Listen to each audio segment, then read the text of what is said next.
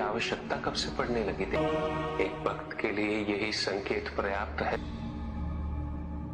कि उसमें अपने आराध्य के दर्शन पाने की इच्छा है, और ये इच्छा भी तभी जागृत होती है जब स्वयं आराध्य में अपने भक्त से मिलने की इच्छा हो।